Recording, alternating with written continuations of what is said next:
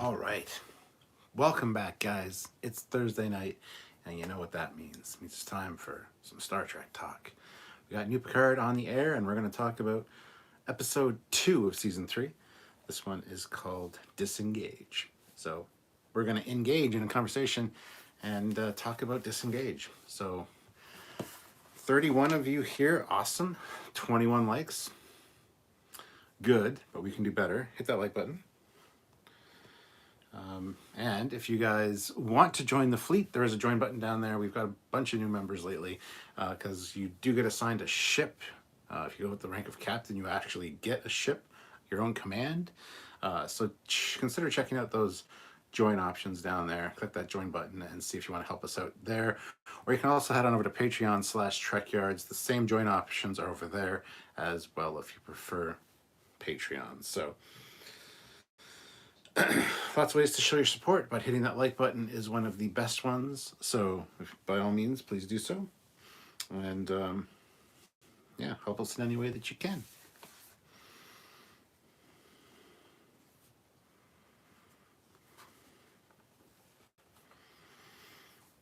All right, let's see what you guys are talking about here.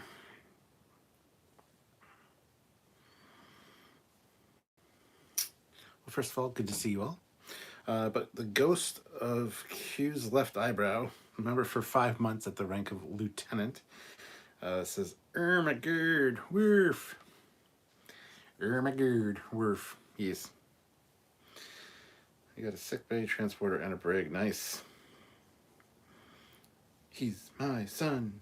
Dun dun dun.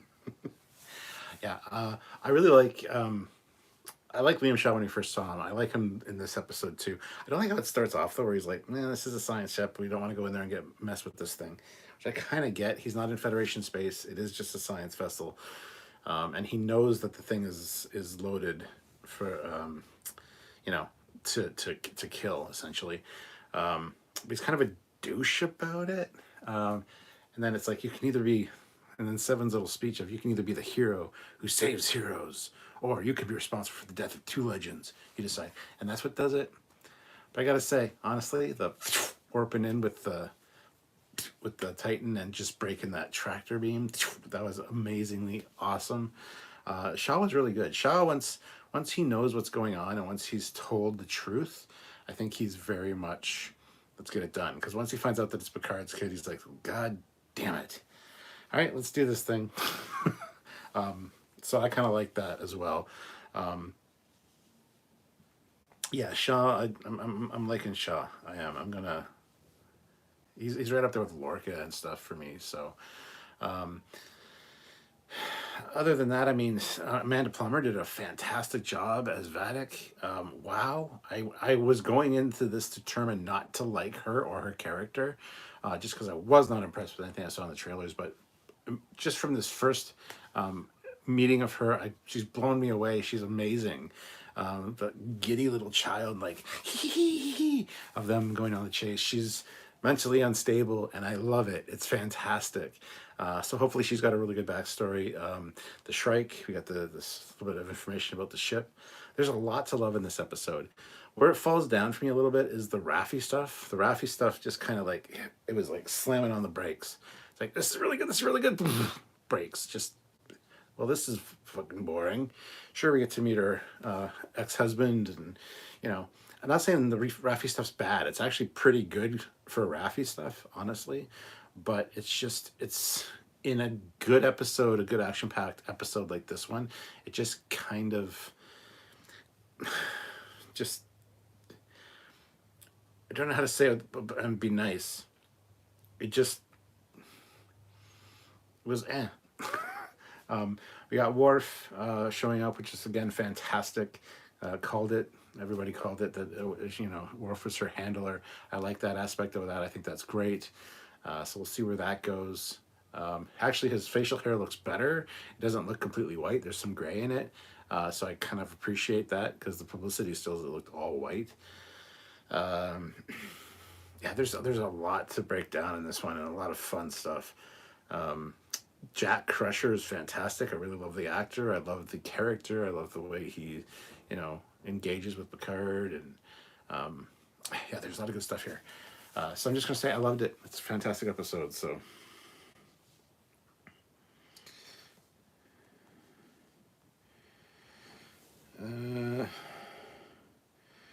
Aaron Arena. Haven't caught Alive in a bit, but I've got it going in two places. One is back a bit on my phone. Is current. Oh, glad to see it. I like the tattoos on the Ferengi. Yes, very cool as well. The Raffi stuff dragged. Yes, indeed. A lot of people like Captain Shaw. That's good. Trekyards says, I think I just choked on WoW juice. Okay. Pumpkin Spice says, why would Starfleet build anything but warships anymore, especially when Voyager made so many enemies? Thumbs down on the Titan A. It's a good point, but Shaw could have just been saying that as well. It is armed, obviously, but you know, he wasn't expecting to do this right before Frontier Day, leave Federation space and have to deal with this shit. So Preston M, member for 22 months at the rank of Commander. Thank you so much, Commander. Great episode. The credits are still rolling. Flipping great. Amazing tractor beam break scene. Vadek's acting was amazing. Vadek was great. Very unsettling and incredible. The Trek Joker, yeah. The rescue of Raffi was great. Was a pretty good scene, the rescue, yeah. Raffi must be in with the Nepotist. I agree. I really enjoyed Vadek more than I thought I would. Yeah, that's one of the things. I really did not expect to like her at all, but here we are. The Raffi stuff was really weird in the way they kept going back to it. They needed longer segments between flashing to her scenes. It was cool to see a real Ferengi, though. Did you notice the baseball and the Sluggo Cola? Yes, I did. I wonder if a lot of people are going to think that's Cisco's baseball. I don't think it is, but yeah. This Ferengi seems to not have the lobes for business. He doesn't have very big lobes, but you know, that's okay, I guess. He gets taken care of.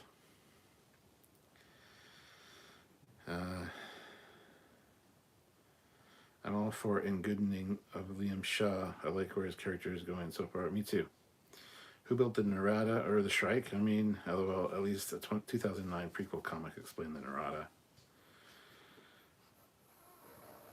Oh, hold on, I gotta let a dog in. Just 1 second. Come on in. Come on. Come on. Come on up. Everybody's here, okay? All three of you. All right, cool. Should have come up when you're supposed to come up, and then you wouldn't have interrupted you. Hey, lay down. Yeah, I know, it's so exciting. I know, it's so exciting to be up here. Oh my God! I know! You're live. People are looking at you. Not really, but... All right, go lay down. Go lay down. Go on. Go lay down. There we go. Good girl. Okay. Sorry about that, guys.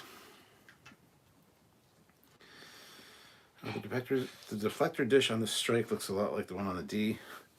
It's shaped the same, but if you really want to get into it, the inner part of it looks like the one on the E, if anything. So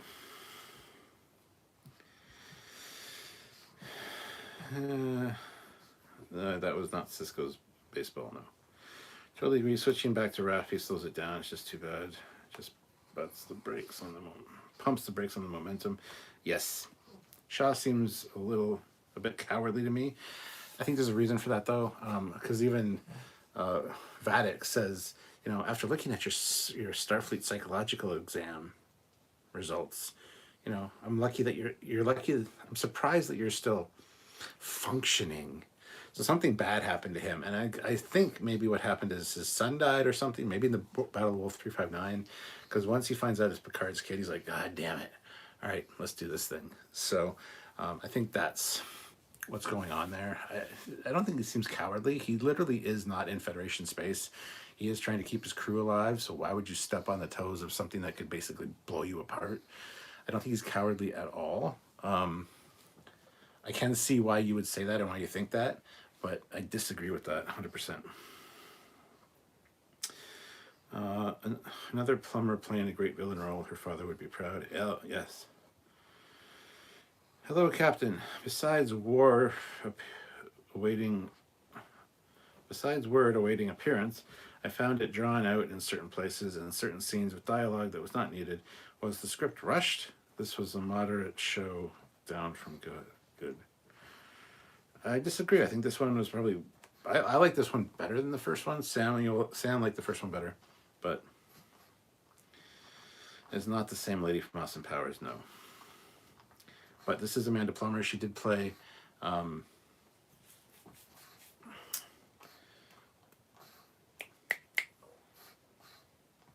is her name from Pulp Fiction? Oh my God. I'll murder every last one of you. Honey Bunny. That's it. Thank you guys. Yes. So. After he's told the prisoner is Picard's son, Captain Shaw went into orbit when he prepped the ship for battle, and I lost it. I knew he was a good captain from the beginning. Absolutely, yes. He just needs to be told the truth. I'd be sketched too if people were coming on my ship asking me to divert course and not telling me why. So, yeah. The doggos. After 23 years, the answer, who let the dogs out? It was Foley. We almost got an old-fashioned Picard duty speech at the brig, too.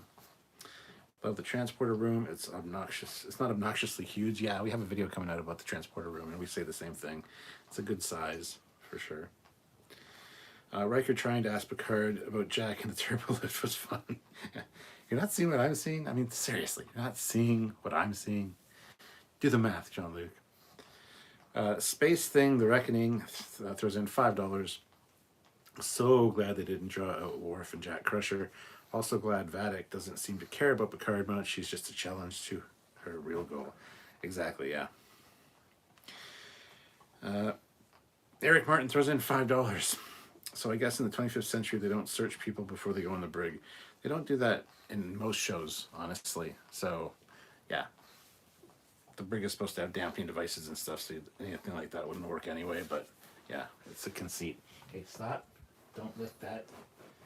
I don't want you licking the blanket.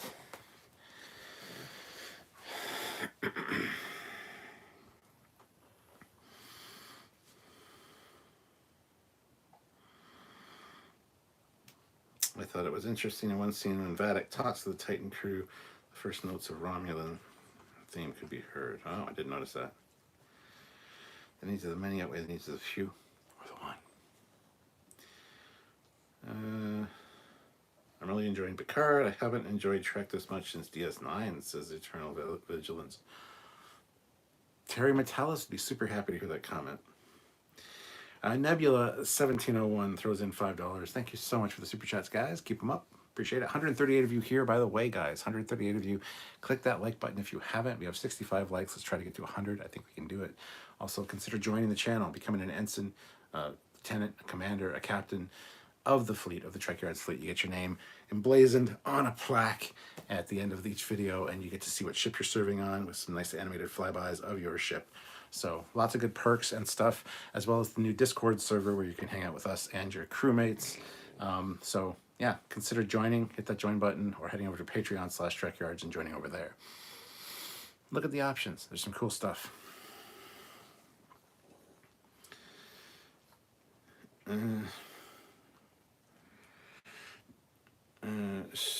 Nebula 1701, $5. Shaw as a pragmatic leader, considering the facts and trying to keep safe. I am amazed how much was conveyed when Riker brought Bev to the bridge and Picard saw them. So much said with no words. Yeah, absolutely. So Shaw starting to show why he's a captain of a starship. I can't wait to see how his character evolves. I know I'm really on board for the Shaw thing. I like Shaw a lot, actually. Yeah, I did since day one, since episode 1. And I was like, people, I don't like Shaw. He's an asshole. Yeah, I guess he kind of is, but that's okay. Space Thing, The Reckoning. One issue I have is that Captain Shaw seems to have zero trust and respect for Seven. Why make her first officer if you clearly hate her? Like Jellicoe didn't pick Riker, so their friction made sense.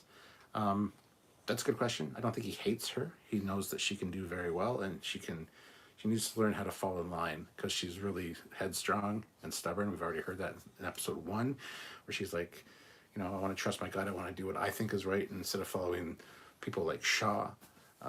So I think he knows that there's potential there, and he's just trying to get it out of her. The shuttle was named Savick. Yes, it was. Verpine says, well, I didn't like Shaw's decisions. I can understand him, and they make sense. He does come around at the end, so it was great. Thomas says, Foley, it's kind of feeling like this is just a rehash of Kirk and the Wrath of Khan. It wasn't a bad episode, just seems less TNG and more TOS featuring TNG characters. What do you think? I think that's bullshit. I see a lot of the parallels between some of the movies and some of the TOS movie tropes. Like the next episode is going to be a chase in the Mutara Nebula again, and I think that's fine. I don't think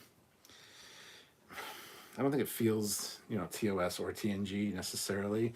I think you'll have your TNG moments, but yeah, you can tell that Terry Matalas and some of the people were big fans of the movies. I know that Terry Matalas is a big fan of Star Trek 3 in particular, so yeah, it shows. And it doesn't bother me, though, honestly, so.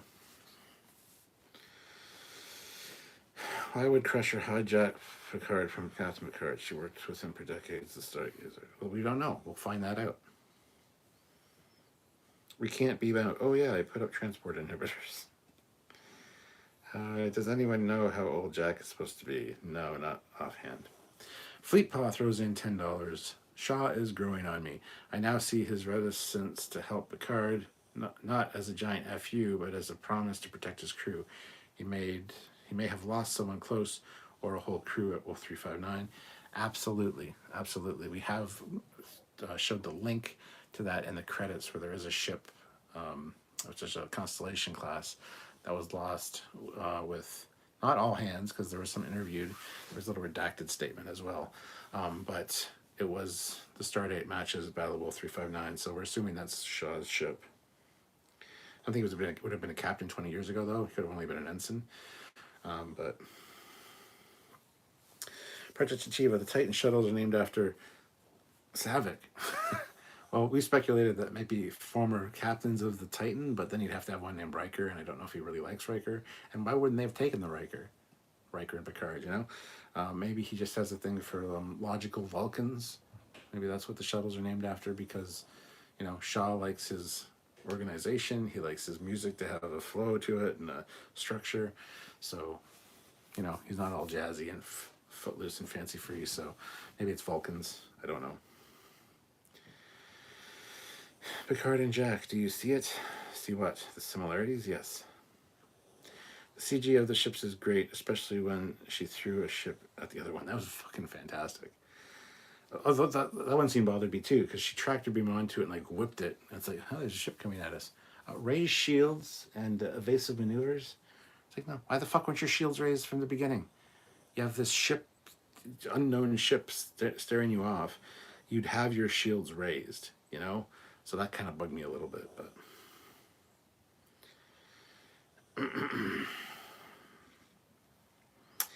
Let's see. If Shaw was a captain at Wolf 359, then goddamn, he looked good for his age. I don't think he was a captain, but. Defiant 15E says, I will say when Raffi is yelling at the view screen demanding answers and whatnot of her handler, I found her acting overblown and ham-fisted. Yeah, so was her reaction in episode 1 when the recruitment center got destroyed. That it's like, yeah, you're responsible for those deaths because you didn't get there in time, but that was ridiculous amount of overacting. I'm sorry. It's like, really? That's your acting choice?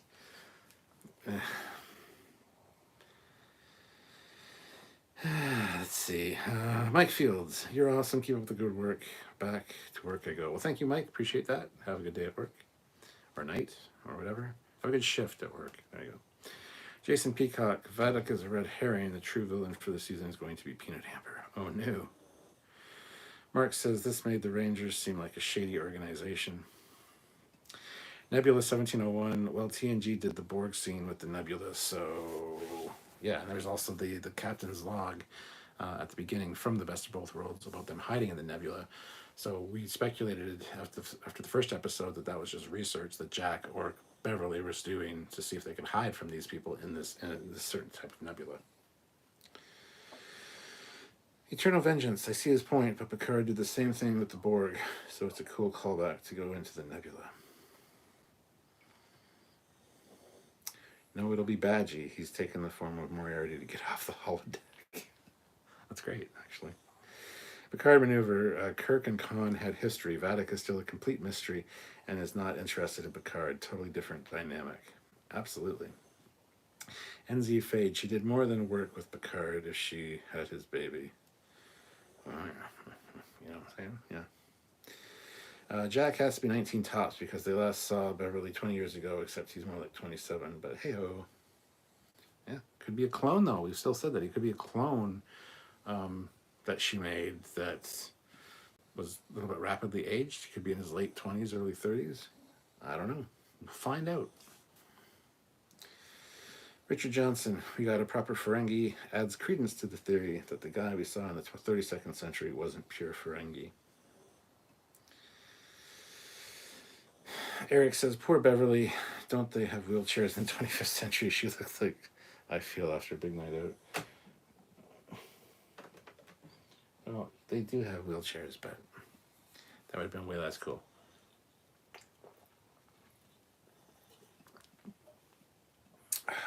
Pumpkin Spice. So the clues in the credits foreshadow events of future episodes, but they had Picard from Best of Both Worlds log from hiding from the cube playing in episode 1. Yes. Chuck says 3 shrikes and you're out. And did you see what I saw? Already puns are terrible. Yes. Even the name of this live, well, not the official name, but the thumbnail name was the Titan Strikes Back. That's good. That's good. Come on now. Creative, fun, bad. You come to expect bad puns and dad jokes from us here, so. Raven DeGray. Better save a Federation Council seat for me on March 10th. I may not be able to hold on to it for long, but I'm happy to support you guys after the many years of entertainment you guys have brought. Thank you, Raven. That'd be awesome. Federation Council is great because you do get your name on every plaque in the fleet as a Federation Council member. So you will be linked to every ship for however long you are a Federation Council member. So if you can help that way, that is greatly helpful. You can also go over to Patreon/Trekyards to help us there. We actually get a little bit more of the Patreon money. They don't take as much as YouTube does. But YouTube is a little more fun, a little more engaging because you get your name in these live chats highlighted and get to use all the other stuff. So, but thank you. We really appreciate that. Thomas, I think that's why it's getting meh for me. It's getting too close to a beat Wrath of Khan. As for Shaw, the fact he only intervened to help Picard after Seven promised him fame was very meh for me. Yeah, that kind of bothered me a little bit too. Maybe Shaw was the sole survivor of the USS Constance. Maybe. Peter says, my mom loved this episode and said that Shaw talked too much. She wants Shaw to talk less. Yeah, I think Shaw's great. The whole beam them all over. We're a hotel now, apparently. Or when Riker and Picard walked on the bridge, it's like, oh, you guys are in trouble. You guys are in so much trouble. That was fucking great. Eternal Vigilance. What I like about this season of Picard, everyone is shown to have value, and we can see how each person is built up and has worth in moving forward in their quest. It's something I've missed. Yeah, it's a good summation. Star Trek Marco. I'm getting strong Cisco and Saratoga vibes from Shaw. Kabuto Fish. They jumped in at red alert, shields up, but dropped them for beaming. If I recall correctly, the timing, hence shields up. Yeah. I make a point of saying that when I talk about it, and I talked about it in our edited review that you'll see tomorrow. I said, yeah, it bothered me that he had to say shields up, and then I jumped in and said, I just want to point out that somebody's going to bring up the point that they had to beam them off, so they had to lower their shields. Yeah, that's fine. You fucking warp in, break the tractor beam lock, lower shields, beam them over, raise shields, then have a goddamn conversation with her. Like, there's a whole conversation happening with somebody that's obviously in a little bit of a hostile mode. You put your shields right back up. It would be beam, and as soon as the beam is initiated or finished, then you raise your shields again. There's no reason for the. We'll just keep those down. Yeah, she wants to talk to us. I mean, it's a friendly looking ship. We're gonna, yeah, all right, yeah. Answer the hell. Oh yeah, yeah. Okay. Oh, yeah. Right. You know. Oh, you're gonna throw a ship at us. Oh yeah. By the way, fucking put those shields back up. Yeah, no, it wouldn't have played out like that. I'm sorry. Spike Psycho. If I had a ship, I'd name shuttles after less looked after explorers like Michael Collins, third man on Apollo 11, who did not walk on the moon. That'd be great, actually. CJ the Dad. They named it after the Kirstie Alley who died. Well, yes, they did. But Savick, as you see in the logs from Instagram, Savick actually had command of the Shangri-La class USS Titan, NCC 1777. So that's the Savick they were referencing. So yes, they did name it for Kirstie Alley, who passed away, but that's in universe. It's for Savick, Titan captain. You need to not snore like that when I'm alive, okay? You need to move your head up and sleep a little bit better. Nebula 1701 throws in $5. The shuttle was named Savick because she was the captain of the original TMP era Titan. Yes, I know. I just said that. I know I'm behind in the chat, so I understand. I didn't read your comment before I said that, so. Fleet Pal throws in $5. Vadic took a page from the Drakumani book. Picard, we don't have to fight. Vadic, fuck you. Raymond Anders, hello Raymond. Spike Psycho, or ship USS Alan Shepard, the first man to play on the moon by playing golf on moon by smuggling a club and balls aboard. Colin Barrett, it was hardly Raffi's fault. The recruitment center's call answering service is subpar. Oh yeah, go Fennis Rangers. Do do do do do, go Fennis Rangers, you mighty morphin Fennis Rangers. Cosmo, was Vadic smoking some pure snake leaf? I don't know what she was smoking. NZ Fade, why did she mention Picard's synthetic body? Foreshadowing? And she just knows all about him. She's, all about Shaw.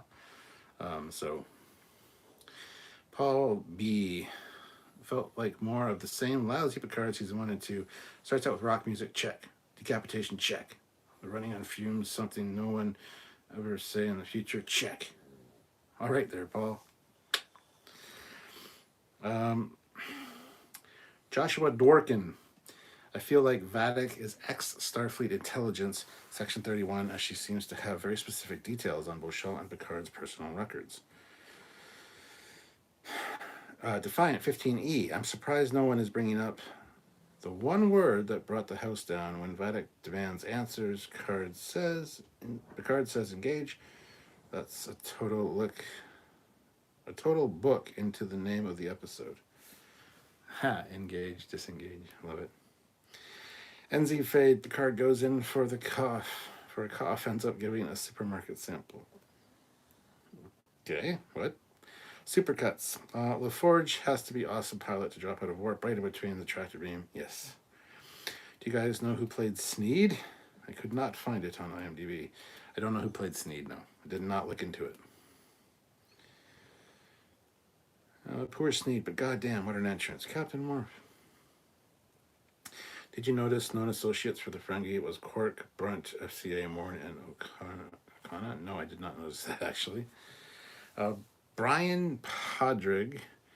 Worst line was because he's my son. Undercut the total Picard vibes he had been giving off about the fair trials up till then.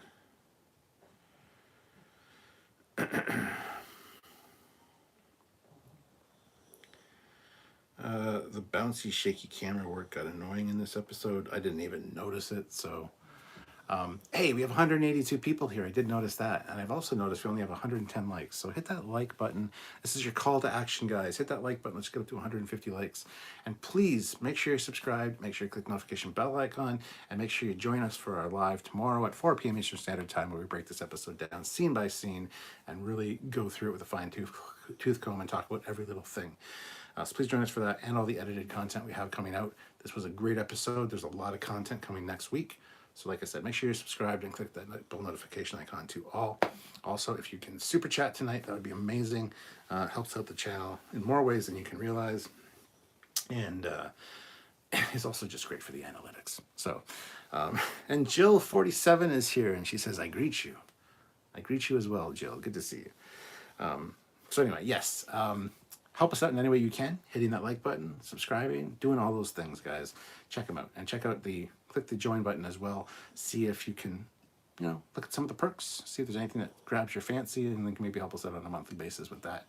We'd muchly appreciate it. But hit that like button. 150, that's the goal. Picard maneuver. I can't overstate how happy I am that ships are characters again.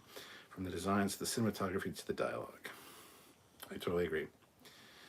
The tractor beam block and toss was interesting. Oh yes. I lost my head over Worf's entrance. Really? Daniel says, can you think of any practical in-universe reason for the flight and nav consoles of the Titan to be curved waterfall over the edge? No, just for aesthetic purposes. So I'm not really a fan, honestly. Plus Vatic knows Picard's a synth, which may not be common knowledge. Thomas says, Foley, why do you think it is so hard for new Trek showrunners to make a show that jives well with canon and Trek aesthetics? Because they don't understand Trek and they don't care and they want to just put their own mark on things. That's how New Trek started with JJ. And he was more of a Star Wars fan. He didn't understand Star Trek, never watched it. So why the fuck were you given a movie? Nepotism, that's why. So yeah, that's what it is. And now we've got Mike McMahon, we've got Aaron Waltke working on Prodigy, we got Mike McMahon on Lower Decks, we got Terry Matalas now working on Picard Season 3. Now we got people that actually love the franchise and are fans, and it shows. Star Trek Marco, and how did the Titan bridge crew know they should fire torpedoes by Picard saying engage? Because there might have been that line of dialogue from Shaw off camera that you didn't see before they did that. Or he also did a tap, tap, tap on his little console thing. That's a very minor thing. That's just something that happened. Either he messaged it to the tactical guy, or it was just set off screen. Did I yell, fuck yeah, when Worf showed up? Yes, I did. Rewatched Force Entrance 5 times. Also, yes. Shields up, I agree. I was just trying to be positive for a change. Worf, there can be only one High Council member. LOL. That was a cool fight scene, though, with the actual stabbing and beheading with the bat laugh. Donnie Pearson says, I myself watched the latest episode of Picard thrice. Amazing stuff. I've watched it 4 times already today, so. Peter the Caco, it's my birthday. Check the news in the next few hours. Cheers to people in the chat. Check the news in the next few hours. Wow, what are you going to do for your birthday? Have a big, galactic party? But happy birthday, Peter. Thank you for joining us on your birthday. Much appreciated. It's not a batleth, though, Pumpkin Spice. It's a newly designed sword. That's also very true. Generation Productions is here. Dan, how's it going, sir? Shaw is a typical by-the-book administrator. Sure, he's highly trained in tactics, but seems to be very reserved, like Captain J.T. Esteban. We know what happens to him and the crew of the Grissom. I hope that Shaw doesn't die, that's for sure. Kind of bummer to see the Ilios destroyed. It was neat to see a small ship that wasn't awful like the La Serena. I will agree with that. Do you think Captain Shaw had lost a ship or crew before this? Yes. I don't think a ship, because I think whatever happened to him happened on the Constance, which was like 20 years ago at the Battle of Wolf 359. There's just 20 plus years ago. There's no way he would have been captain at that point. So he probably lost a crew, but he was probably an ensign or like a lieutenant at the time. So yeah.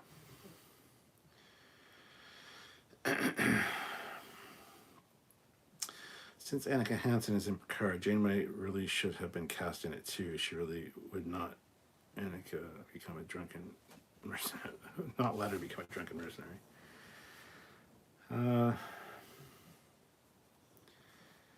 How old is Jack supposed to be? He doesn't look 20. He doesn't look 20. He looks, I don't know how old he's supposed to be. He looks definitely like early 30s or like late 20s, but why Starfleet operate a recruitment center the size goddamn Superdome? All you need is a kiosk. Sneed was Pyro from the X-Men movies. Oh. He was played by Aaron Stanford. Foley, why do you think it's so hard for new Trek? Where the hell did that go? I already answered that, Thomas. Sergeant Montgomery, lock it down. Hit like captain's orders. Well, we're still not at 150. We're only at 135. What's going on, guys? Hit the like button. We have 190 of you here. Hit the like button. Show your support. Great episode. This is what we wanted. No interest in further disco episodes, that's for sure. Trek or not, Worf brought the prune juice and sliced some meat for sides. Rob Rudd says, it was good to see Picard finally act like Picard at the end of the episode. We've been waiting for some time to see that again. Yes. Jill says, I wish they could give Strange New Worlds to someone else. It's never going to live up to its potential otherwise. I disagree. Strange New Worlds has actually been pretty good. Season 1, I like the way they've done it. But yeah, it would be great to, as you say, live up to its potential. We have a new showrunner. Caboodle Fish, was there a reason I missed as to why they couldn't jump to warp? Because he says we're cornered in space that has no corners. The Nebula is wreaking havoc with their communications. If Vadic sees so much as a flare up of a warp nacelle, they're going to get blown out of the sky.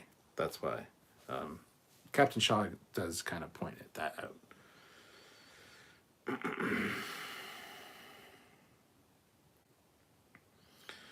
Shaw did order torpedoes to be ready along with the engines. There you go. Could Jack be a nickname for Jean? Perhaps. Mr. Anderson, Worf's new sword is called Kurleth, designed by Dan Curry, the same person who designed the Batleth and Mechleth.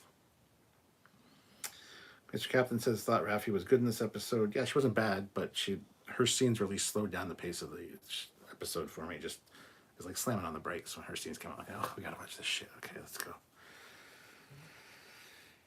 It was so dark in the fight scene. I could not tell what the weapon was. That's true enough. It was very dark. Generation Productions. Hey, Captain Foley. Captain Vedek's ship looks Romulan, like the Scimitar and Narada. Your thoughts? Well, the Scimitar was Riemann, and the Narada was a mining ship. If you look at the Countdown comics, it's actually a much smaller ship, and all those points that were on it were actually from Borg technology that they incorporated into it. But yeah, it does look very similar. I think Shaw is like McKay from Stargate Atlantis. Brilliant, but also a dick. But a likable dick. I'm glad you put likable dick and not likable dick there, Trek or not.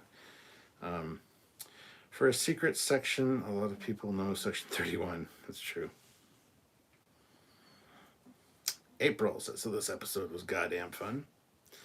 Matthew DeFreitas, I would love a Shaw and Hansen Titan A series. Both actors have good back and forth. Absolutely agree with you.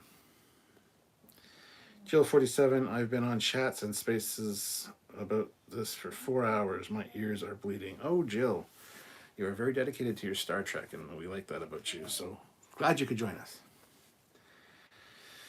Vadik mentioned Shaw's psychiatric profile. Da-da-dum. Yeah, it's like, I'm surprised that you're still functional. It's like, oh, well, there you go. Something bad happened to him. Trek or not, the Hyde and Nebula trope. Goddamn, never been so pleased to see a trope such as that. Yep, you did answer it already. No idea why it posted again. No worries, Cut. No worries, Thomas. Vintage computer custodian just got here. Jeesh. I click like. Thank you. We're at 152 now, so we're almost at 200 viewers as well. So can we get 180 now? 180. Let's do it. If you haven't hit like, what's wrong? Hit the like button.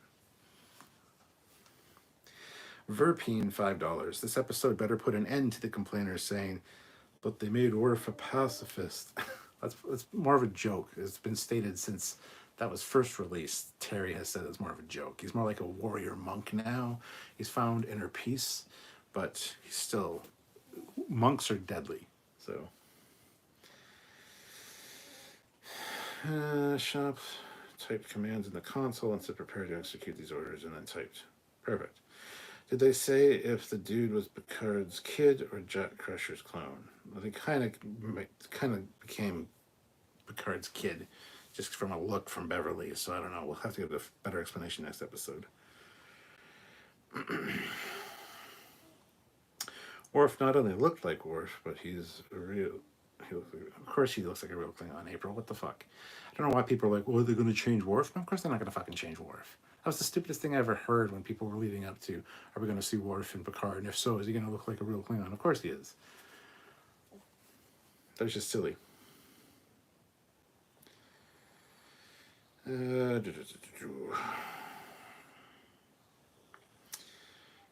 As has been said, even our dear old Captain Foley himself, it's possible that Jack was conceived during season 1 of TNG, hence Beverly's absence in season 2. If it doesn't explain why for the rest of TNG she didn't say anything about it. So, but yes, that is a possibility. That Junkman says, man, that was a great episode. It was. Good to see you, Junkman. Mr. Captain 93, so Vadic has a lot of pull with Starfleet. If she can get Starfleet to stop the Crushers, what's the connection? We don't know yet. Sesha 314, who would have raised Jack if he was in his 30s when he was young and Beverly was on the Enterprise? I don't know. Don't know. Grant McGregor, $5. Just got in. You might hate me. 5 out of 10. I'll explain later. Grant, it's probably because it felt too much like Star Trek II for you, or some such thing. But yes, thank you, Grant. Much appreciated. Thomas says, Foley! Potts!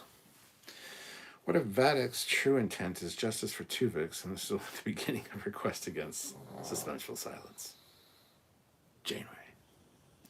Jill 47, I think that Raffi's portion will end up being very important. Oh, absolutely. It's going to tie in it's going to be a big thing at the end. They're going to converge in a very, very powerful way, I'm sure.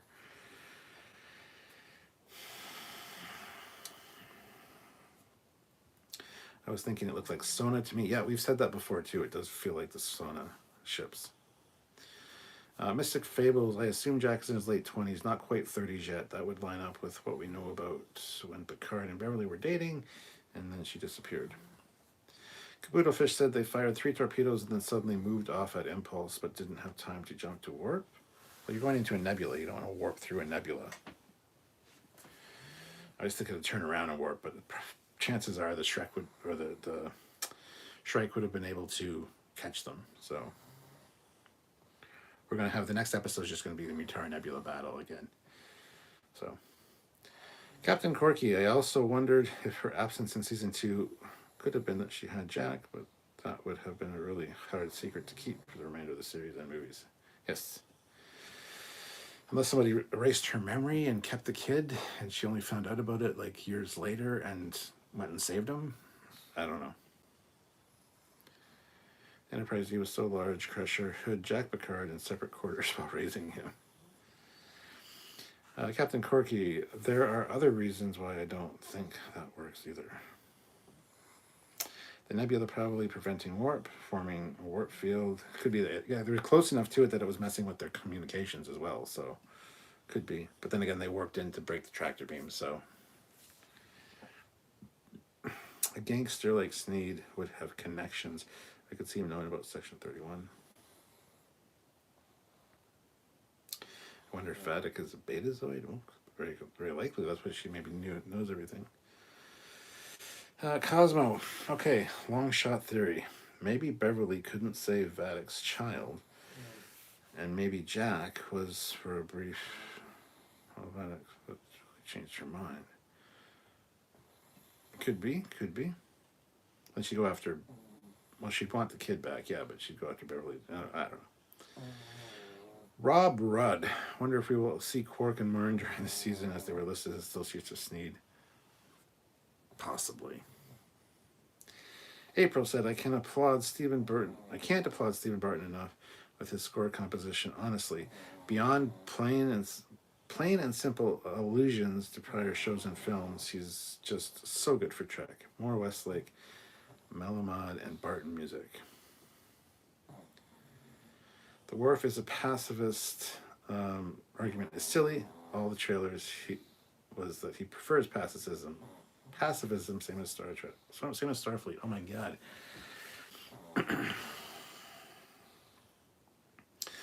Dionysus says, my one regret, my god, is that I have but one like to give for the channel that I love. Defiant says, it's going to show eventually that Captain Shaw has major survivor's guilt addressing today's issue. Absolutely, yes. Space Thing says, Vadic's ship looks more Ferengi to me, personally, like it's more busy than the Decora class and other designs, but the forward swept elements, smaller details, and color schemes feels Ferengi to me. You've made good points with all of those, absolutely. Mythic Fables, I assume Worf's version of pacifism is pacify any threat really fast and really hard, cut off someone's head. Captain Foley, correct. They have a lot of questions to answer about where the kid has been and why she didn't tell anybody. Yeah.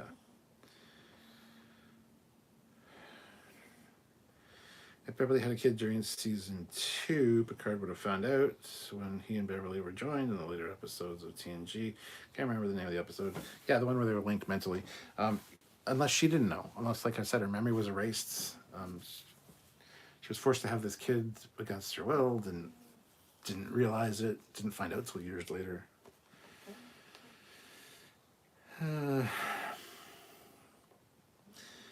Journey's End says, I love the episode and can't wait for the show to fully unfold, but I also don't understand how Picard's son can have a British accent unless he was raised around British accents. Who cares? That's the silliest fucking argument I've ever heard. Plus, we did hear him listening, or the log was playing, Captain Picard's log, which if you listen to the logs growing up, or depending on where he was raised or how he was raised, I have no problem with it. I think it's a silly thing to say, but I get it. I get why people say it. I just think it's silly.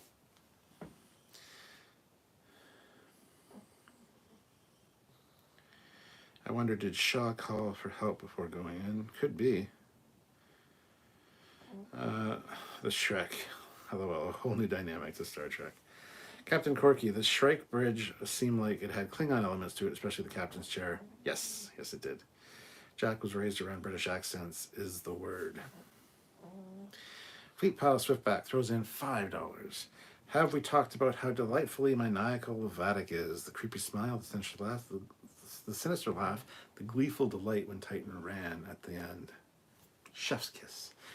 Yeah, she's very much like a child, like hee hee hee hee hee, and she pulls her knees up and is like all excited. I think that's creepy as hell, and definitely very effective. Vad Wanu, the dog snoring in the background. Well, there's 2 dogs snoring, but yes, this is a thing that happens all the time on lives. April, absolutely seconding Fleet Paw's point. She was gloriously maniacal. Jason Peacock, Wesley spent a few years raising Jack out of normal time stream. That's why his parentage doesn't exactly match up. That's interesting. Eric Martin, Crusher, were we together? Were we going to be? You had your world and I had mine, and I wanted him in mine. Not chasing through the vineyard with his father. Oh my god, that's great. Trek or not, notice how the Ranger had an injured face. Vatic had facial scars, and they cover their faces. The crew, perhaps something happened to Beverly. Beverly was involved in where they all got badly injured. Well, the Fenric Ranger also referred to her as the Marked Lady. So,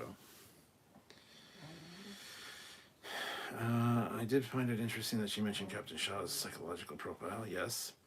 Yeah, Fleet Pal, excellent performance. Like I said, already Trek Joker. She even had the scars. Northwest Rail Fan says the deflector section of the strike is interesting. Looks like the same shape as the Galaxy class secondary hull. Yes, it does. We have a video coming out where we mentioned that. A video coming out about the Shrike where we actually discuss that. The inner part of it looks very much like the deflector from the Enterprise E, but the shape of it is definitely the Enterprise D. It's just a coincidence, I think. I don't think it means anything. Pumpkin Spice. Did Picard tell Starfleet that he met Kirk and brought him to the 24th century and buried him on Meridian 3, or did he keep that a secret? Good question. I don't know. How can Leonard Nimoy have a Vulcan accent if he wasn't actually raised by Vulcans? Does anyone know what the song was during the opening it rocked? I don't recall. Guys, you need to get in a more comfortable position so you're not snoring, having breathing issues. You're disrupting the live. Making me look bad.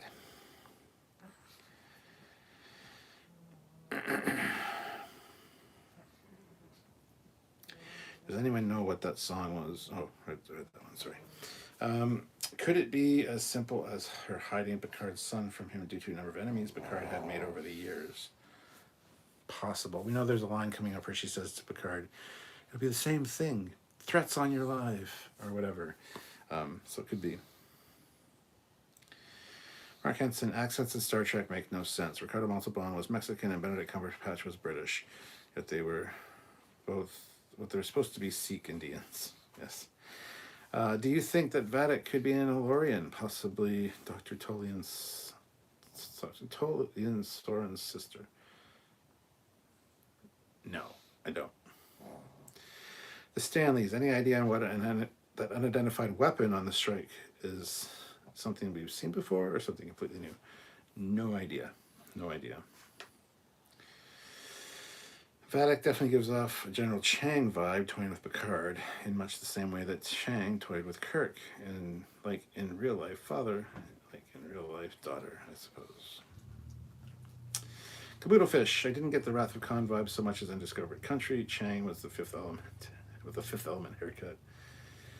Raven de Grey says, I think the reason we see so many different callbacks to different ships on the Shrike has to do with all the different weapons it was carrying. Different tech from different ships. Yeah. Michael Next Door throws in $5. Thank you so much, Michael Next Door. Titan is very cool. Is the saucer section like the old school Star Trek II look? What's the in-universe explanation for that? Just retro design that Starfleet wanted to go with. That's what Terry Matalas said. They just wanted to go with a retro look, so they designed it to look the same. Jamie did not like Shaw's behavior in first episode, did not think of him as a good captain, but started to like him at the end of episode 2. Yeah, well, I liked him from the beginning of episode 1, so. Classic for real. Yo, dog, I heard you like answering annoying questions, so I combined, is Jack Wesley's brother with, is that a Galaxy secondary hull? And can I buy an embroidered shirt? Teespring can't sell. Yes, it's his brother. No, it's not a Galaxy class secondary hull. And yes, maybe eventually you'll be able to buy one of the embroidered shirts. Fleet Paw, Shrike was designed by Doug and John, so it doesn't surprise me that it looked like the Enterprise E's deflector. Mark says maybe the Shrike was kind of like the Packard ships cobbled together, but more refined. Pumpkin Spice, any word on the Enterprise E in the series? No, all we know is that its last mission was classified before the launch of the Enterprise F. Mythic Fables, do we think that the parallels of Kirk's find out has a son and didn't know, and then has a duel with vaudevillain antagonist in the Nebula, and what's going on with Picard's intentional? I'm loving it. I don't think it's intentional necessarily, no. I just know that Terry and team are big fans of those original movies, so.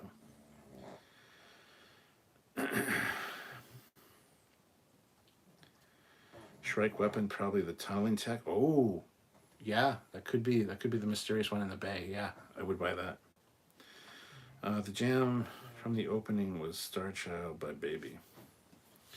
Vero Varen Victus says, LOL, you are saying the Shrike are actually Packlids cobbling together ships. Okay, seriously. The joys of having pugs. Maybe the Shrike was built by the Packlids. Could Vatic be Tasha Yar or Seela's daughter? Ugh, no. That'd be stupid. Adam Brown, a lot of complaints I've heard in regards to season 3 seem to be nitpicking details, and yeah, I'm okay with that. Bradley Thomas, how is the quantum torpedo different from a photon torpedo? Much higher yield as far as explosion goes. You should do an actual video comparing the two, but yeah, it's just more of a punch. I haven't seen the show yet, but I'm looking forward to your scale video. The Titan A must be tiny, thinking that the Helios is about Archer class size, and the Sona ship isn't much bigger. Titan's not tiny. It's 560 feet. Yeah, 560 feet long. Pumpkin Spice. Any current starship should have the Odyssey class aesthetic, like they did after Galaxy class and Sovereigns were launched. Richard Johnson says, I'm calling bullshit if they say that Jack was born after Nemesis. Between Generations and First Contact is easier to accept, even though it raises other questions. Yes. Journey's End. Also, just saw Terry Matalas say the series addresses the Picard son accent question. I'm just glad that he put more thought into it than Picard has accent, so son has accent. Accents are hereditary. It's genetic memory.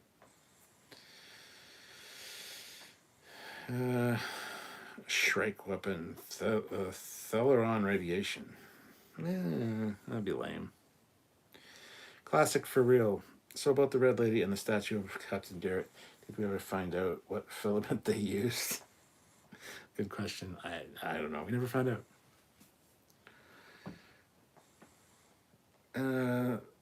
Enterprise B classified mission goes missing. Enterprise C classified mission goes missing. Geez, history repeating itself.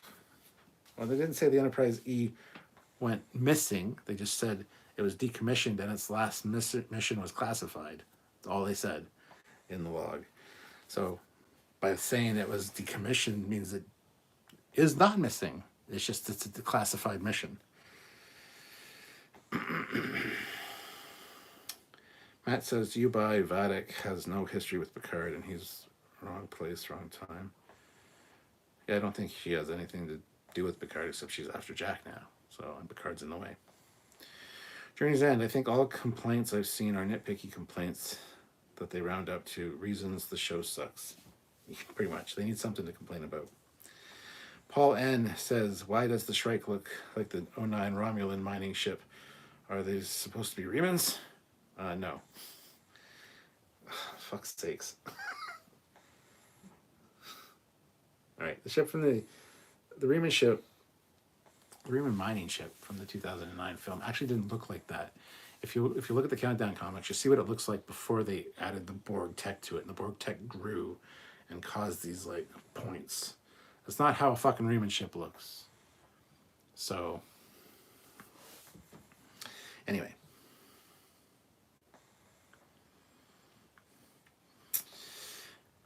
Four photons equals one quantum unless you are still American. It's 5.34 photons for each quantum. Trek really needs to make up its mind about money. So does the Federation use money or not?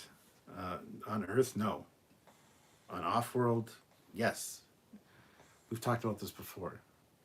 Yes. On Earth, you don't need money. The Federation doesn't need money. But if you're at a place that needs money because it's a convergence of other species and elements, then yes, you need currency. Shren the Orc. I was happy seeing Sneed's blood was yellow. And with tri-cobalt and transphasic torpedoes. Vatic is clearly Mr. Mott's roommate's cousin's niece. Vengeance for outfitting the E with the hollow barber. Nice. More like 160 meters. 160 meters.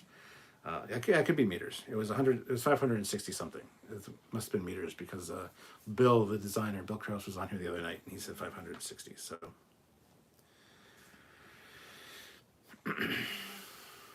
yeah, well, yeah. So it's meters, not feet, because that would be too small. So yeah, it's meters. There you go. Just Bill's American. All you Americans are fucking using feet for some goddamn reason. So I just assumed it was feet, but yeah, it's meters. Maybe they'll go Scooby-Doo on us, and Jack was actually Lore. Near the end of the episode, he's unmasked. Oh my god. Defiant, I'm going to go out on a limb and say that the aliens on the strike are Klingons under the mask. Something Patrick said about being hunted, and the first ones coming after them look like Klingons. I'm going to go on a limb and say no to that. Bradley Thomas, Faddock could be Ensign Lynch from First Contact, Wife's Out for Revenge.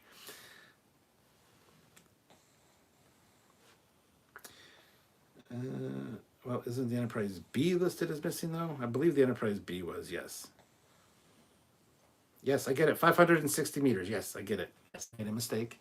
I said feet instead of meters, and I apologize. Not everybody in the chat needs to gang up on me and correct me. I get it. I'm an idiot. I fucked it up. Can we move on now? Speaking of moving on, 210 of you here, 174 likes. Can we get 200 likes? I think we can. Hit that like button if you haven't.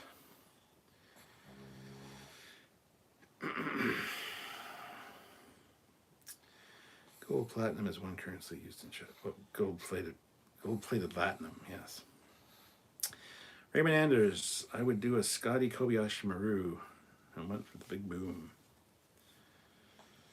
John Wickham, that was the best episode of Trek I've seen in my life, and I've been watching since my birth in 1985.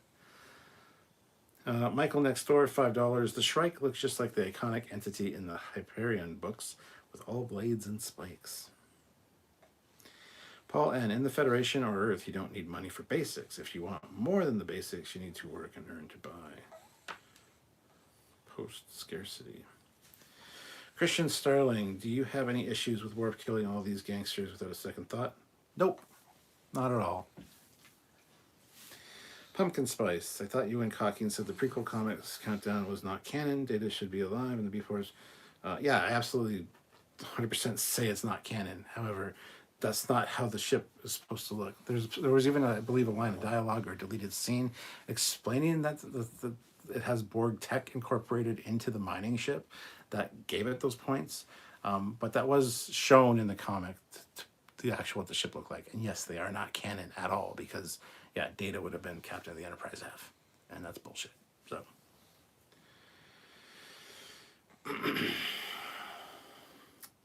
I can't believe how good this episode was. It was better than sex.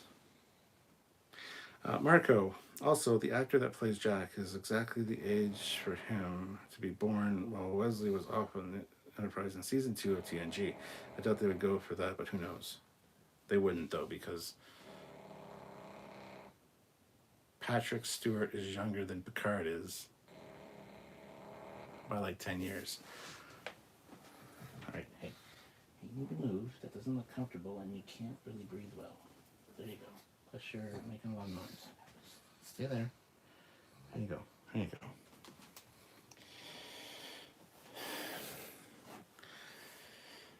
I like the book Trek to Mad World about the Mad Organian.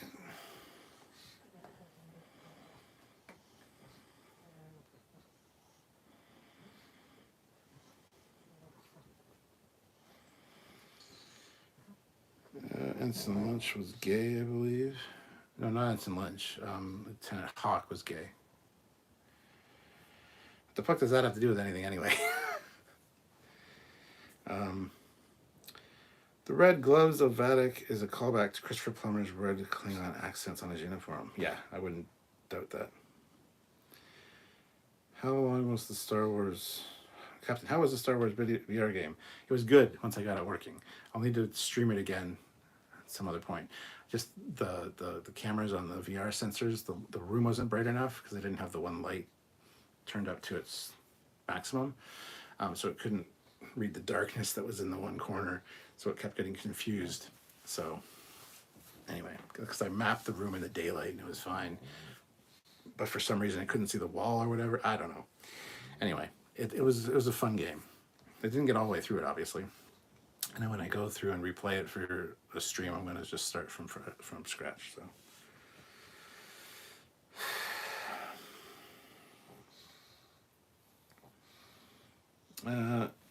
MB Parks calling it now. Vatic is either a mirror version of Tasha or Dr. Pulaski. Wow. Carl second. Raffi was killing me till Worf showed up. Eric the Bat. Not only are real Klingons back, but so are the Ferengi. Fun fact, the main mechanism of quantum tunneling is a snoring pug. She threw a ship at us, sir. Did you like Picard episode 2? Yes. Jeff W. I wish they would have made the first episodes of season 3 in a feature-length episode. I agree. Pumpkin Spice. Oh, what's the deal with the forced Organian peace treaty? When did that end? I'm not sure when it ended, if it ever did end. I'm not sure. I'm sure that's covered in beta canon in a novel somewhere. I just don't know. We need 10 more likes for this season. Oh. Not likes. We need 10 more episodes for this season. And we need, 14 more likes to get to 200. 14 of you, hit that like button that haven't, please. The Fortress ship will be the one that looks like the nacelle was hit in the trailer or something exploded near it. Could be, yeah, absolutely. Mark Henson, I bet Jack Crusher created the quantum tunneling device he used protomatter for sure. Goddamn. Dionysus, wow, I didn't know that. I mean, I know that the books and comics aren't canon, but I thought that the Countdown comics were canon since they were direct commissioned by the studio to feed in. They're required reading and canon before the movie comes out, but they're immediately decanonized because Data was not the captain of the Enterprise F. There's so many things that are weird in those. Yeah, it's tricky.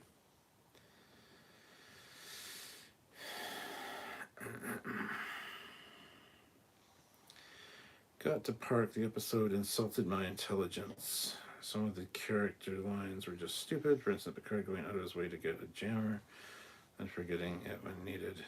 I didn't think that was bad at all, actually. It's kind of funny because a lot of times in an episode like that, you would put the jammers in, then the hero ship would come in and beam them off, and people in the audience would be like, but there were jammers there. They didn't address that. You're right. That was a mistake. But it's not that he forgot. There was a lot of shit going on. So I have no problem with the jammer thing. And he did take them out, so.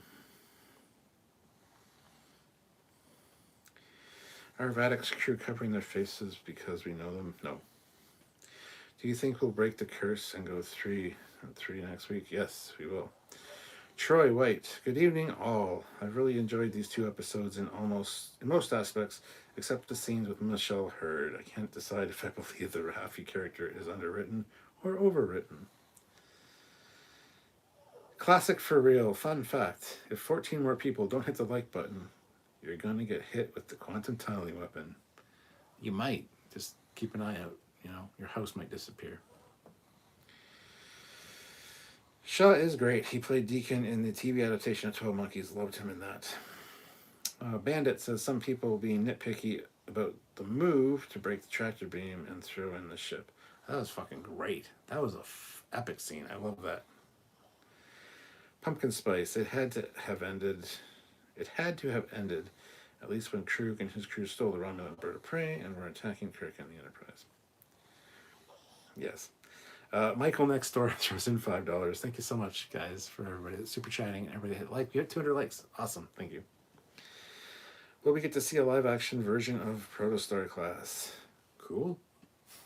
I would love to see a live action version of Protostar. Will we? Maybe eventually. Not this season, though.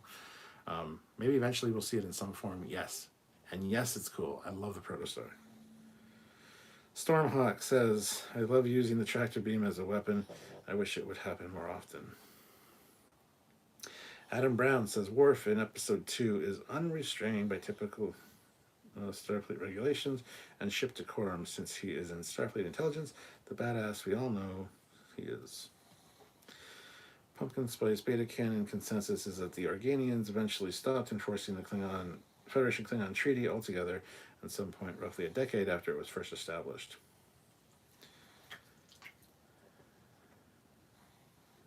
Like the Narada killing Worf, is that considered a weird thing? Narada killing Worf, what?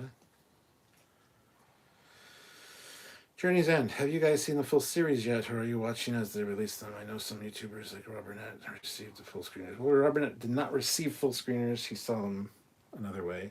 And no, we have not seen it yet. We kind of like to be surprised. So, no, we have not seen it. Mark Henson. Unfortunately, you can't trust anything like comics, novels, or video games. If it's not on screen, it isn't canon. I see memory Beta's stuff as parallel universes. They happen, just not in Prime. Jeff W., I wonder if the Enterprise F is going to save them and sacrifice the F instead of decommissioning. That'd be cool. I think Lyris is a spy working with Matic. Wrong season. Colin Barrett, hit like, or we will throw a ship at you. Well, Honey Bunny be just a bounty hunter. Will Honey Bunny be just a bounty hunter? No, I think there's going to be more to her than that. The wordless understanding between Crusher and Picard was great. Classic for real. The only complaint about the Shrike using the tractor beam as a weapon is why hasn't anyone in Starfleet been smart enough to ever do that? Lieutenant Raymond Anders, Night Captain, 5 o'clock comes early for train convention this weekend. Ooh, good night, Raymond. Have fun at the train convention.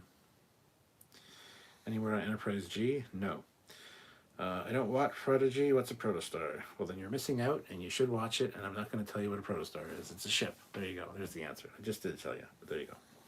Prodigy's fucking great. If you're a Star Trek fan and you're loving Picard Season 3 and Strange New Worlds, I don't know why you're not watching Prodigy. It's fucking great. It's fantastic canonical Star Trek. It's really good. Thomas, Picard and TNG, there are 4 lights. Picard and Picard, there are 2 suns.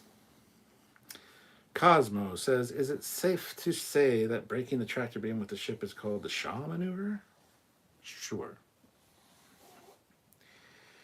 Given how powerful the Shrike is, it's possible that it has a tractor beam more powerful than anything the Federation or anyone else has used. Well, Sidney LaForge did describe it, how they were able to do that with the tractor beams. There's a line of dialogue that she says it's like a modified whatever. So, the Romulan head scene was so bad I had flashbacks to Battlefield Earth. Worf used tractor beam in Way of the Warrior as a kind of weapon. Urs says that the actor that is Jack Crusher is also in Downton Abbey for 2 seasons. Yeah, he's a pretty great actor, actually. I like the guy, so. Raven DeGray, I remember playing Starfleet Academy and during a free flight, disabling an enemy ship, warping back to space dock, and disengaging the tractor beam before coming to a stop and throwing it at the starbase. Wow. Aaron says, well, off to bed. Have to finish later. All right, Aaron, have a good one. Have a good day at work as well. And hi, Aaron, if you're watching this after the fact. Nice to see you again. Welcome back. Classic for real. Did Rob Burnett see a full screener by using the magic word? I'm not going to go there. Peter the Caco can't super chat for some reason, but Worf isn't a feeble as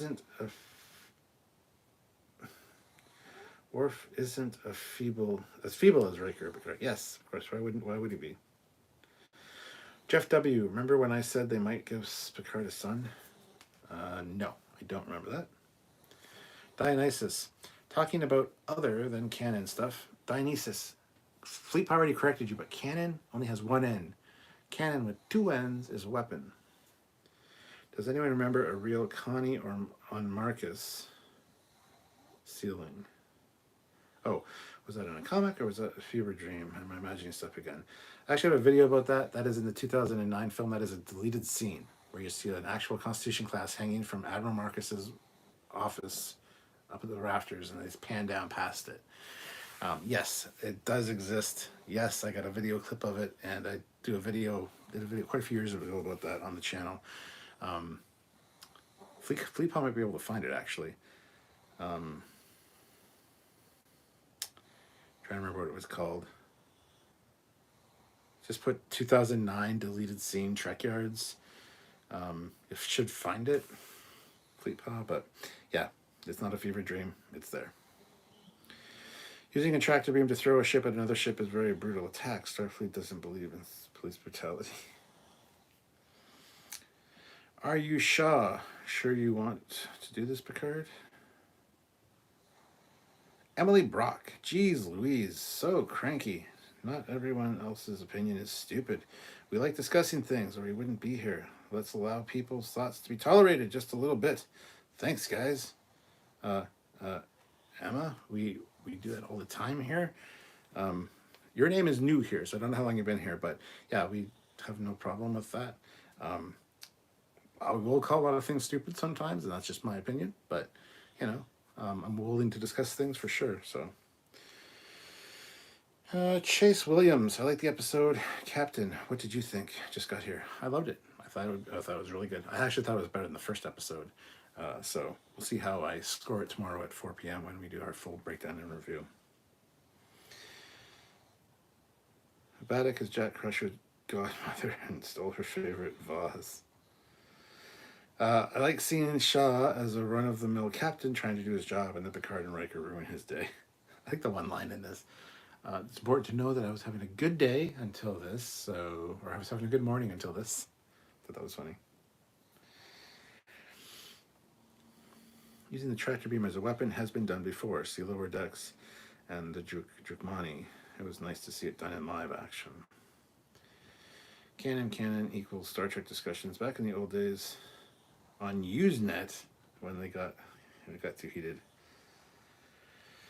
Starfleet doesn't use cloaking devices because they don't sneak around. Actual quote from Gene Roddenberry.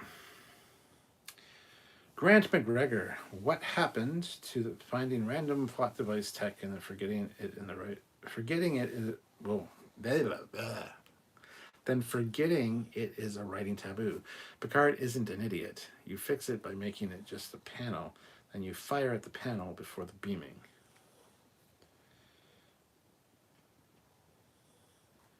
What? Okay. Jeff W., I thought they would give him a child at the end of the season. I was wrong. I was right and wrong. Shaw is really growing on me. Yep. says, I can remember you talking about the TOS Connie in the deleted scene, and you said if they kept that in there and explained why the design changed, one maybe could be okay, but only for... I don't know what the hell you're trying to say there. Yes, I did say that. If they would have left that in, that deleted scene, it would have went a long way to helping explain, or at least getting a nod of approval from more Trekkies. So, can anyone tell which stardate the events of Picard's third season takes place in? I don't have the stardates, no. Vad Wanu, gonna crash. Good night, everyone. Good night. But I'm intolerant. I am always right, and all others are wrong, except when I'm wrong, which is never, since I decide what is canon or even a canon. Oh my God, Dionysus. I don't see the video. Trekyards, is it a private, perhaps, or a personal channel? It's not on the personal channel. It's on Trekyards, and it is not private. For fuck's sakes. All right, let me see if I can find it. Hold on. 2009. Deleted. Connie. Let's see if I can find it.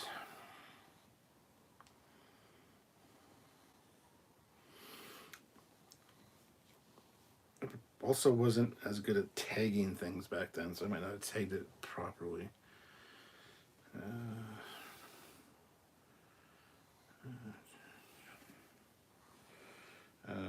JJ.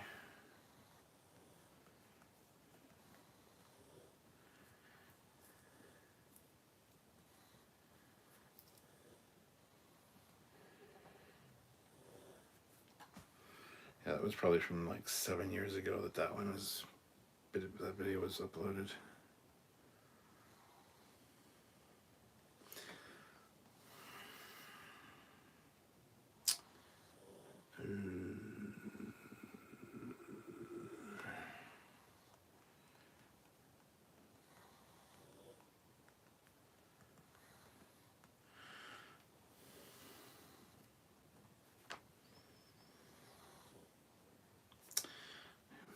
Hold on, I'm gonna try one more thing. This video won't load up for me. Trekyards.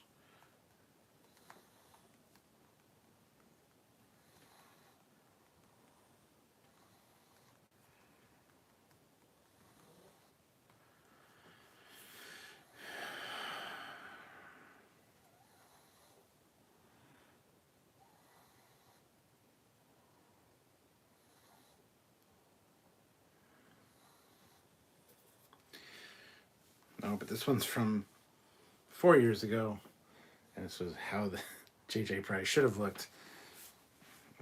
Jesus Christ, I can't find it either, Fleetpaw.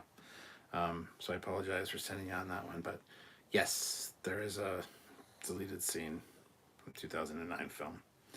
So it was not a fever dream. It was legit. It wasn't canon though, because it was never actually put on screen. So.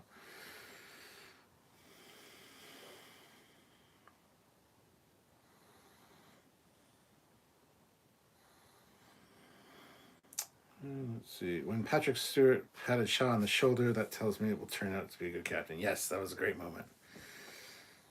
Picard feels like Picard this season. His dialogue is much more him. 100% agree with you on that. Who got the same bite from TNG episode with the Borg when the Enterprise went into Nebula? Was there the same Bible? Yes, that's what there was. That captain's log was in the first episode. So they were looking to hide there anyway, by the sounds of it.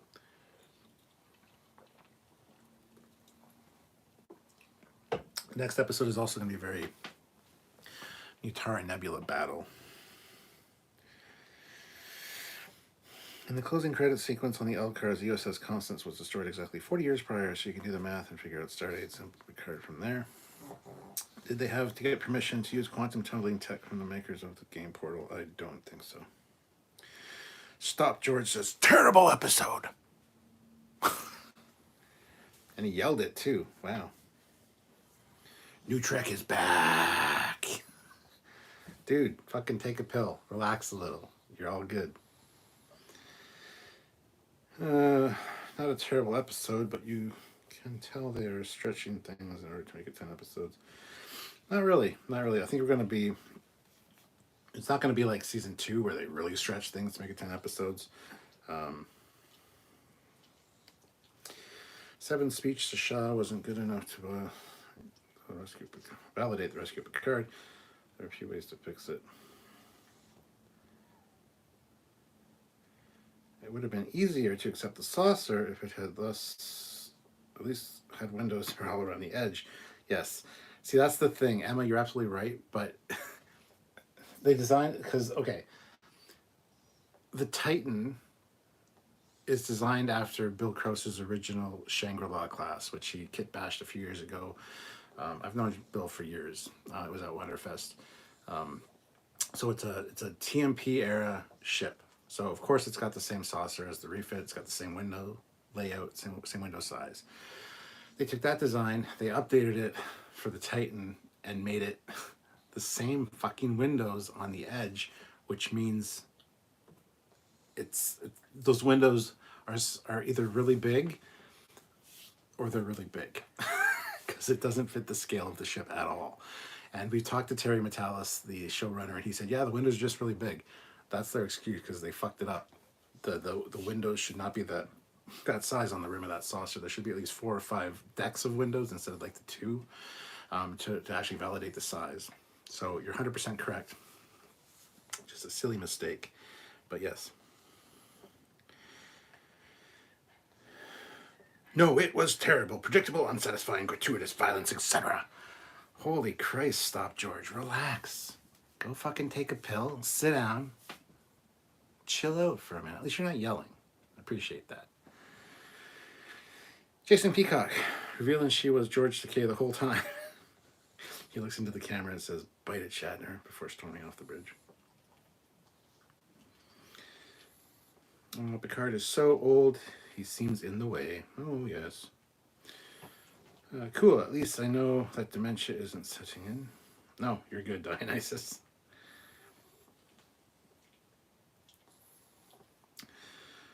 Mando Wraith. When the Titan first detects the Shrike on sensors, they specifically mentioned photonic signatures along with life signs. Are we already in play, perhaps? Could be. Yeah.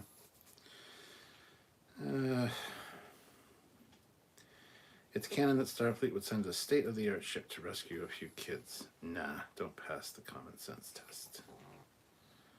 A few kids, what are we talking about?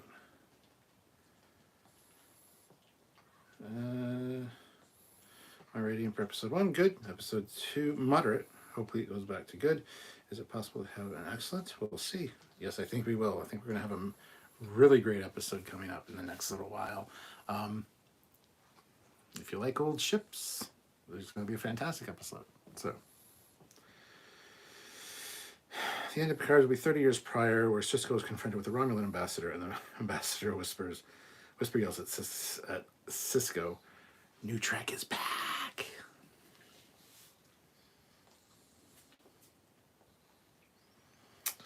Alachi ships, yes. They're the same design, but they're not the Alachi, so. Only just joined. What did you think of the episode? So far, it's a vast improvement from seasons 1 and 2, in my opinion. Yeah, I totally agree with you, and it was a great episode.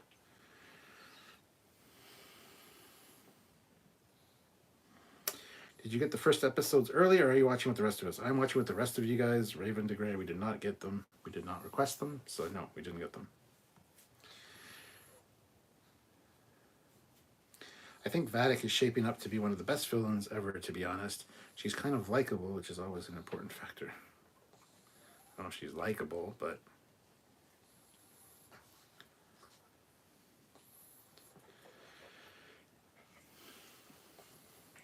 Because that's not Trek. There's no violence in Trek. Nobody can be decapitated in Trek. What the fuck? Man, relax.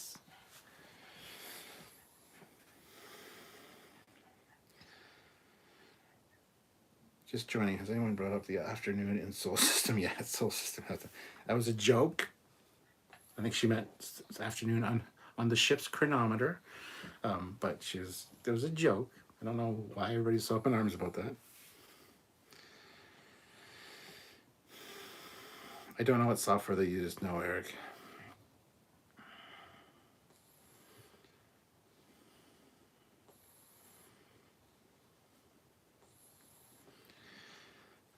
Let's see.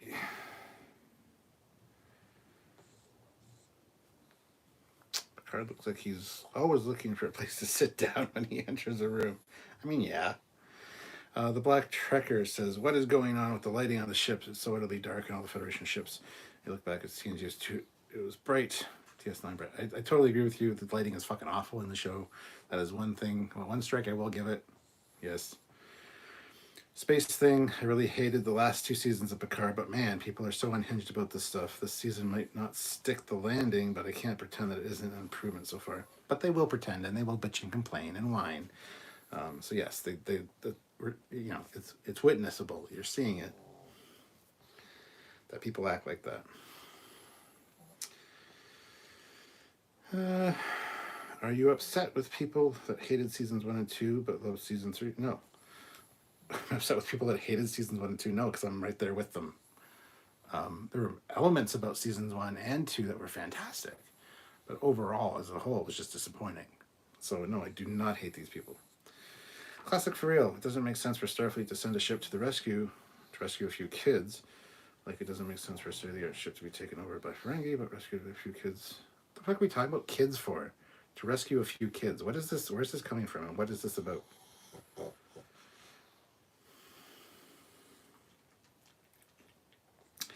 Conspiracy, anyone? I remember a couple of phasers blowing the heads off the Lieutenant Commander.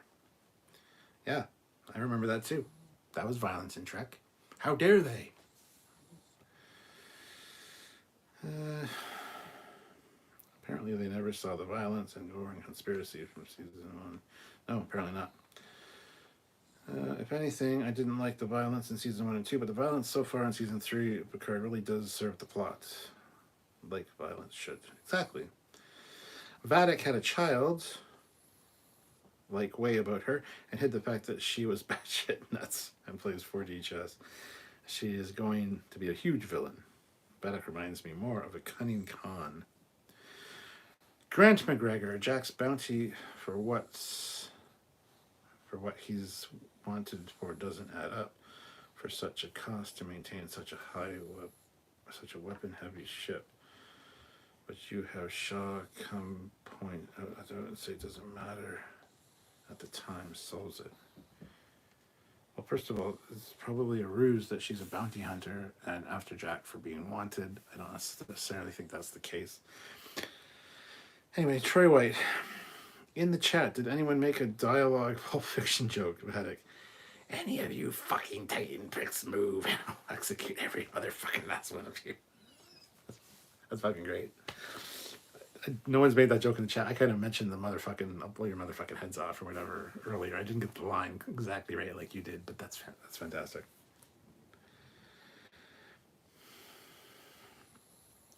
Trek is Trek when I say it is Trek. Remember, I decide the canon and what is to be fired from a cannon. Hit my ass. Salty Trekker was just on and they were just bashing it. I turned them off and started watching your live instead. Don't get me wrong, I love Salty, but I couldn't do it today. Well, he's bashing it, really? That surprises me. Huh? I'll just have to bug him about hating everything again. It's fine. Eric says, I am glad they dispense with the holographic controls. There's something just not right about it, not really Star Trek. Exactly. Yes, how dare Picard Season 3 take something that they did in TNG and build upon it. DS9 had plenty of violence. And Puck nor anyone? Can't even snipe. Thanks, YouTube and Google. You can't super chat at all, Peter? Have you tried turning it off and I'm back on again? I don't know what's up with that. Vadic's childlike benevolence makes her character. I like it. Her style is just like her father's. General Chang would be proud. There was always violence in Trek. Just the TV stations had censoring back then, so they could only go so far. Yeah. Now Vadic is fine. She was and is fun. So this isn't as bad as season 2's worst. Also, it did put me off a little when they wrote Picard for something that would work better. That would better match Kirk. Fleetpaw says, Siege of AR-558, The Way of the Warrior. Any episode involving Klingons in the past 30 years, Trek has had violence for quite a while. Yeah, Worf fucking buried his batleth into the chest of one of the Duras peoples. Duras himself. Buried his fucking batleth right into his chest while he was serving as a Federation officer. And Picard ripped him a new one for it, so yeah. But there's never been violence in Star Trek.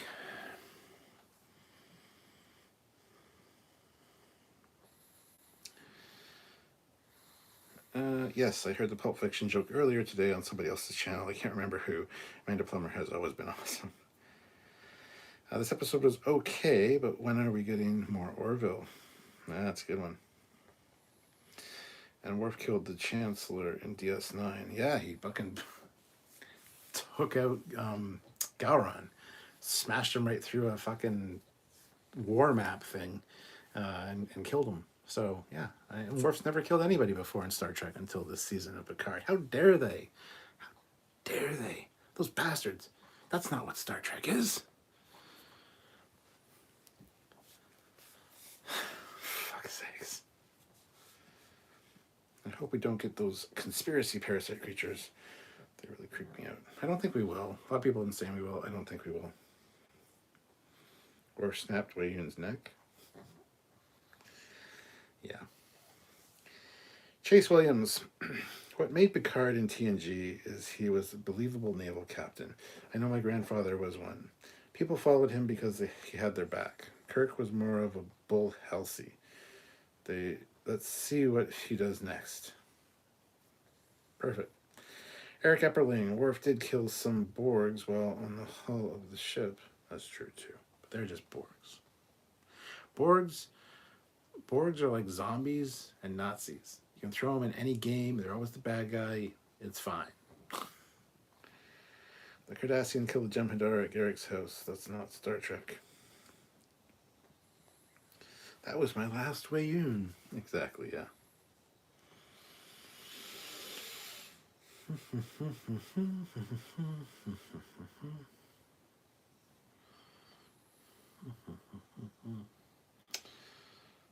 Let's see. Worf fighting the Jem'Hadar one after the next in brutal hand-to-hand combat. Worf killing Gowron, Jadzia Dax being murdered by Dukat, species 8472, ripping Borg apart. Kirk was more like Hornblower, and Picard was what the other guy said. Chase A. Williams. I think Terry Metalis is really trying to make this true Trek with an updated look. Yes, absolutely. Peter Lukaku, not getting the Pulp Fiction joke. Was it the crazy bitch on the counter at the diner? And Jules told be cool. Yes. It's the same actress. Amanda Plummer. Honey Bunny, as she was in that movie. Wasn't a fan of this episode. Clunky, no pacing. They showed, then told again. Episode 2 was a true Kurtzman Trek, in my opinion. There you go. That's the final word. Back in TNG, Picard never killed anyone besides Damon Buck's son and those 3 Klingon terrorists and those Romulans in that scout ship and those warp core aliens and literally himself twice. Shaw is really becoming my favorite captain, like a 25th century Lorca. Yes. Mike Nellis. Sneed could have lived. You can't get info from a dead Ferengi. He had no info to give, so who gives a shit? Why did Worf kill the Ferengi who couldn't attack him? Because his hand was pinned down to the table by a knife. It wasn't pinned down at that point. If you pay attention, he actually pulls it up. He gets his hand off the table and then gets decapitated. So, Kirk Fu was stunt double, getting bloody and shirt ripped, but there's never violence in Trek before. I never understood the hate for the holographic control since the Visitor established that Starfleet was using them several decades after that episode. The Black Trekker. How does Admiral Picard take command of the ship when Shaw has completely and utterly disregarded everything he said in both episodes and we're in his DNA tester and the state of the ship? Because he's still a fucking admiral. And he admiraled up and told everybody on the bridge that he's in charge. And at that point, Shaw was like, why are you doing this? And, oh, it's your son? Oh, well, goddamn. All right, we're going to do this. Shaw just needed the proper motivation. And yes, Picard is still an admiral, active or not. He is the commandant of Starfleet.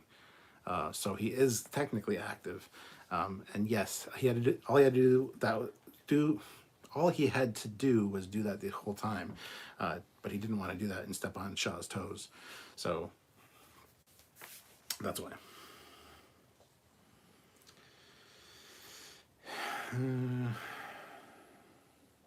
Now I want Picard to say this. And a Picard way, bitch, be cool. I take it Worf killed Sneed by mistake just because Sneed got cut in the swing and Worf's all like, oh, no, that's not why.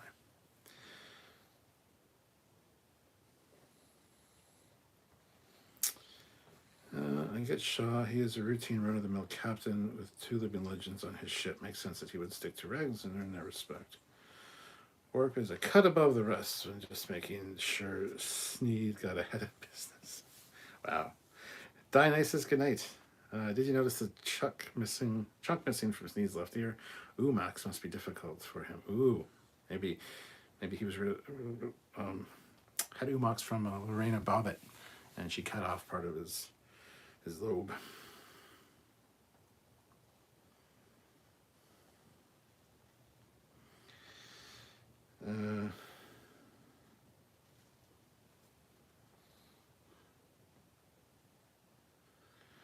Hello, Armando Rodriguez. Good to see you.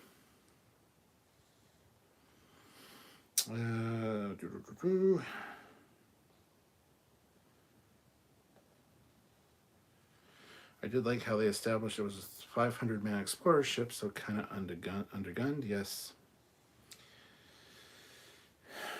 Nerdrotic is on another channel, lol, and for your information, he liked episode 1. I don't give a flying fuck what Nerdrotic liked or didn't like.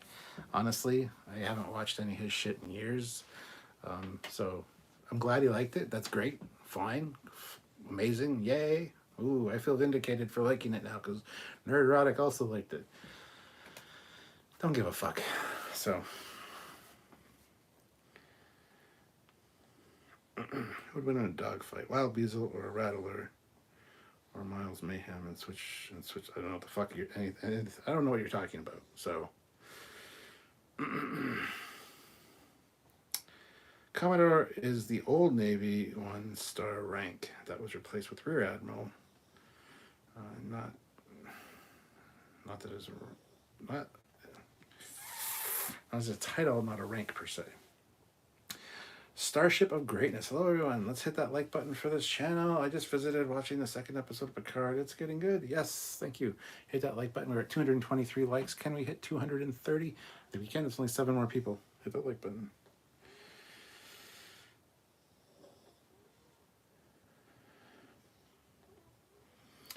I love the new L cars on the videos. Oh, thank you. Brunt FCA must be missing his friend Sneed right about now. Shame he couldn't liquidate him more before he lost his head.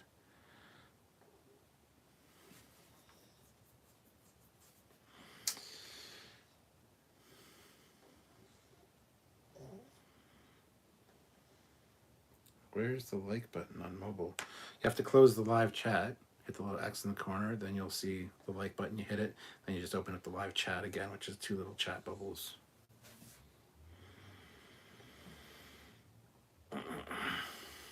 Anyway, yeah, I absolutely love this episode. I preferred this one to episode 1, honestly. I know a lot of people kind of disagree with that, and that's fine.